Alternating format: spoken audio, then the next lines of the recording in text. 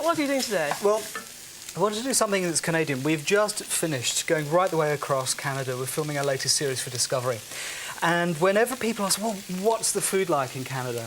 It's very hard to sort of pin it down. They can produce such a vast majority of their own food, and such a wide variety, and it's just brilliant stuff. So we want to show you a couple of things, starting with some salmon. Now, I've actually got some salmon fillets there. It doesn't matter where you live in Canada. You've got two oceans on either coast, so you've either got Atlantic salmon or Pacific salmon. Now, we've actually got 3 fillets there, and what we're actually going to use is a classic Canadian ingredient, which is the world's best maple syrup, all right? So what we've got in the pan is some water, and about a quarter pint of water, 5 tablespoons of maple syrup, 4 teaspoons of finely chopped ginger, and 2 cloves of garlic. And we've kind of boiled that down until it's kind of fairly thick and rich, as you can see. What we've done is we've grilled these for about 5 minutes. I am now going to just put over the glaze and return them to the grill for a matter of minutes, and that will be then cooked with this wonderful ginger maple syrup glaze on the top. And maple syrup's actually frightfully good for you, isn't it? Oh, it's wonderful Great stuff, yeah. But you do have to make sure that's the real stuff, because you can buy the cheaper thing and it's maple flavour and it's horrible. It's not just the same awful. at all. It really is. Always buy the real stuff if you can. What's lovely is that it really is a sort of like a savoury sweet, and the ginger comes through. It's fantastic. Get that under the grill. OK, that's going under the grill. What I'm going to be doing is what's called an Arcadian Torer. Now, the French settlers, their name for Nova Scotia was Arcadia, so hence Arcadian. And Torer, a lot of the dishes, certainly in years gone by, were actually named after the objects they were cooked in. So tourtière was like a little pan that you cooked in. So Arcadian tourtière. Very simple. It's a bit of a posh meat pie, basically. So what I've got in there is half and half beef and pork. You can get the recipes, so don't worry about the recipe right now. But to that, I'm going to add the juice of an orange and the rind of an orange. So already we're adding sort of lovely fruity citrus flavours to that. Now, this has also got, rather in common with some of the old Tudor recipes, we were thinking about this. It was a real old-style recipe, this. Loads and loads of spices in there, but don't be worried by it, because they do blend in beautifully. I've got cinnamon, so a teaspoon of cinnamon in there. We've got nutmeg, teaspoon of nutmeg. Also, allspice, fantastic spice there.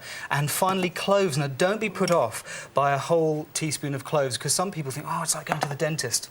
And it's such an insistent flavour, but they do marry well together. Now, Greg's just going to put some, mix that out all together, and Greg's going to put some salt and pepper in as well. Now, the other thing that we're going to add, what we want is that we want to kind of preserve all the juices there, but we don't want them to wet the pastry, because of course we're going to fill a pastry case. So what I've got here are 3 slices of thickly cut bread. Take the crusts off and cut them into 1/2-inch cubes. Oh, that's a good idea. About like that.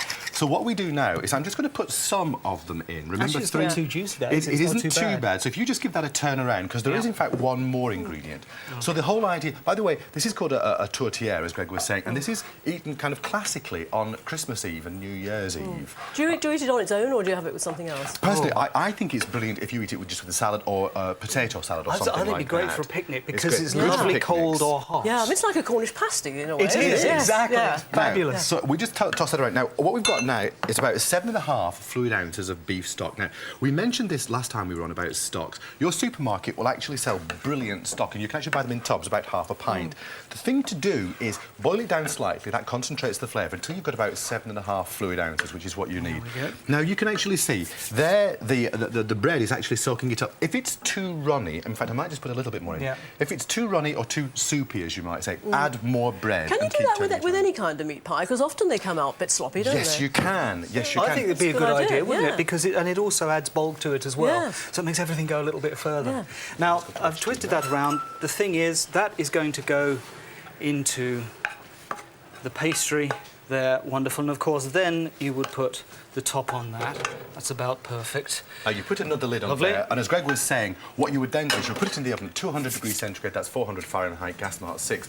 A pie that size would probably take about 45 minutes. Right. Now, that actually looks delicious. I'll tell you what, let's get this one out, Greg, because the salmon is just a couple of minutes away from being done. Yeah, we've only got about 40 seconds, I think. Oh, right, OK. Well, that looks great. Doesn't that look a bit of all on it?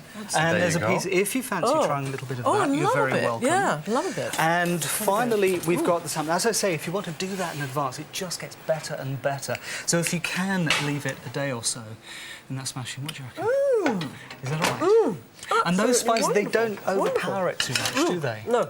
But And there we've actually got the Unique. salmon.